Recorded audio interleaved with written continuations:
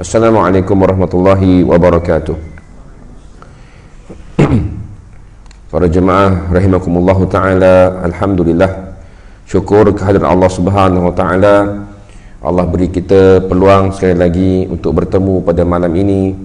Allah beri kita taufiknya, Allah berikan kekuatan kepada kita, Allah berikan kemampuan dan kesanggupan kepada kita untuk hadir untuk solat berjamaah di surau Al-Fatih ini, dan seterusnya untuk kita meneruskan pengajian kitab 10 prinsip penyucian jiwa karangan Asy-Syaikh Al-'Allamah Dr. Abdul Razzaq bin Abdul Muhsin Al-Badr hafizahullahu ta'ala. Kita pada bulan lepas, alhamdulillah, kita dah masuk kepada bab tentang prinsip yang pertama, iaitu prinsip tauhid, ya. Tauhid adalah asas kepada penyucian jiwa. Dan lately baru-baru ni banyak sekali, ya, kes-kes yang berkaitan dengan masalah jiwa, ya. Kes pensyarah kena jerut sampai mati oleh suami, tak jauh daripada kita, kes di Cyberjaya, ya, di Cyberjaya tak jauh, jiran kita. Kemudian kes apa lagi, yang baru ni saya dengar apa, juru terbang bunuh diri, kes juru terbang bunuh diri di mana dia punya, di Subang, di mana ke dia punya, Bukit Kirara, Bandar Kirara, Bandar Kirara pun tak jauh daripada kita, Puchong. Jadi masalah kes-kes yang berkaitan dengan masalah kejiwaan.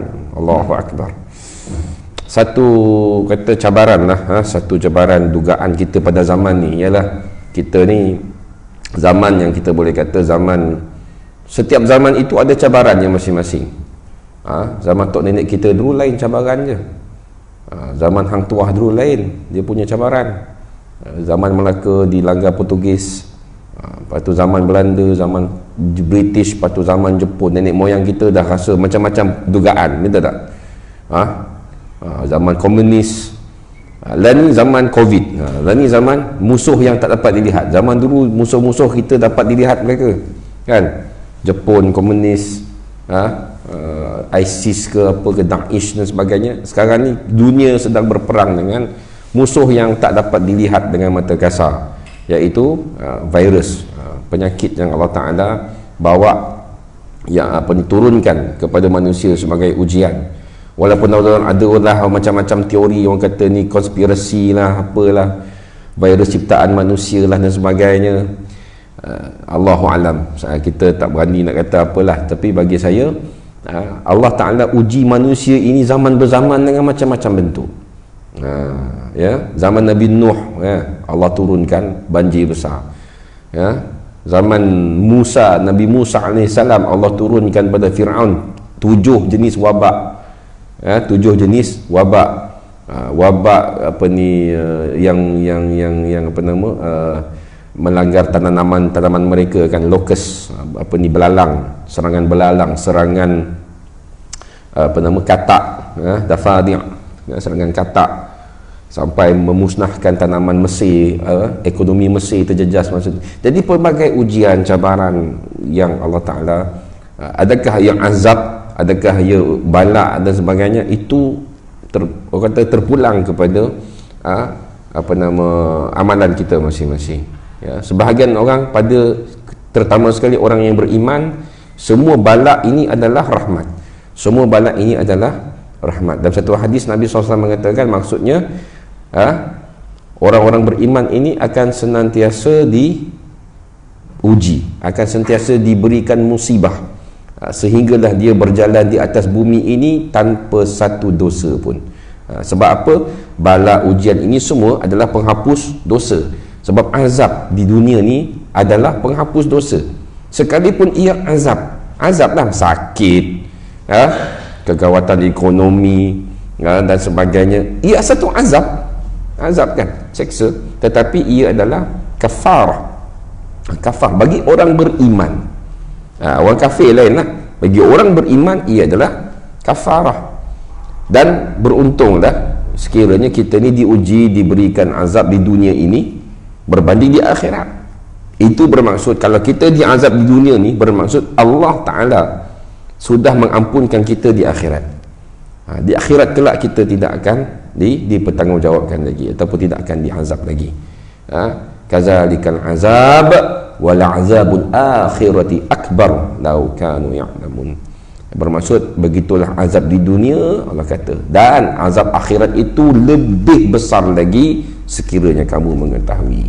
Jadi kita belajar prinsip penyucian jiwa menurut Al-Quran, menurut hadis.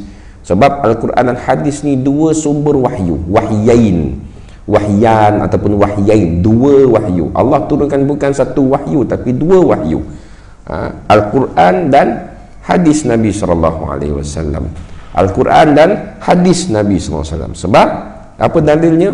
Dalam surah An-Najm Allah kata, wa ma yantiqu 'anil hawa in huwa illa wahyun yuha. Dan tidaklah Muhammad itu bercakap dengan hawa nafsunya, tetapi apa yang dia sebut, apa yang dia cakap ialah wahyu yang diwahyukan kepadanya. Jadi hadis-hadis Nabi, sunnah Nabi adalah wahyu. Jadi kita berpegang kepada dua wahyu, dua panduan rujukan yang Allah Tuhan pencipta kita, pencipta roh kita, pencipta jasad kita, yang maha memberi rezeki dan sebagainya, yang mengajar kita cara macam mana kita nak menyucikan jiwa, kita nak membersihkan jiwa. Orang-orang yang cepat berputus asa daripada rahmat Allah Subhanahu Wa Taala, tidak dinafikan ada, orang kata punca-puncanya adalah godaan syaitan dan sebagainya. Tapi at the end of the day, di akhirnya yang dipertanggungjawabkan ialah syaitan ke manusia? Manusia. Kalau kita nak salahkan syaitan, kan, pembunuh bersiri pun dia boleh salahkan syaitan, betul tak? Masuk mahkamah, oh bukan salah saya kena goda syaitan, salahkan syaitan, boleh? Tak boleh. Di dunia, di akhirat sama. Buat salah di dunia tak boleh lari, betul tak? Kenapa tak pakai apa nama, kenapa tak follow SOP? Oh, saya dilupakan oleh syaitan. Ingat polis nak pakai hujah tu. Balai cerita ataupun saman 1,000 ataupun masuk lokap, betul tak? Di akhirat apatah lagi. Di akhirat kita nak jawab depan Allah Ta'ala, kenapa kau buat dosa-dosa ni? Oh, sesungguhnya syaitan telah menggoda saya, wahai Tuhan. Boleh terlepas? Tak. Betul tak? Jadi at the end of the day, ala kulli hal, macam mana pun kita yang dipertanggungjawabkan. Jadi kita kena belajar untuk mengatasi, untuk mengawal hawa nafsu, dan juga berjihad memerangi godaan syaitan. Sebab syaitan ni dia akan take opportunity pada kita. Mereka akan mengambil kesempatan di atas kelemahan kita, sebab mereka tahu kelemahan kita. Syaitan ni dia tahu kita punya kelemahan, sebab dia study kita. Dia memang setiap kita ni ada qarin. Qarin ini menemani kita sejak daripada kita lahir, daripada lahir sampai mati. Qarin ini bersama dengan kita, dan dialah spy kita. Kita punya spy. Dia punya apa nama, CIA dia, CIA ataupun FBI dia, ataupun MI apa nama 17 dan sebagainya. Mereka inilah yang akan merancang, okey, si fulan ni apa kelemahan dia? Oh, dia ni kuat makan. Kita goda dia dengan makanan, contoh. Oh, dia ni suka dengan perempuan, kita goda dia dengan perempuan. Dia ni suka pada gadget, goda dia dengan gadget. Dia ni suka tengok drama Tamil, kita goda dengan drama Tamil. Jadi syaitan tahu kelemahan kita, tapi kita manusia, kita tak tahu kelemahan syaitan. Itu masalah kita. Kita tak tahu kelemahan musuh kita tak tahu siapa musuh kita, tipu dayanya dan sebagainya.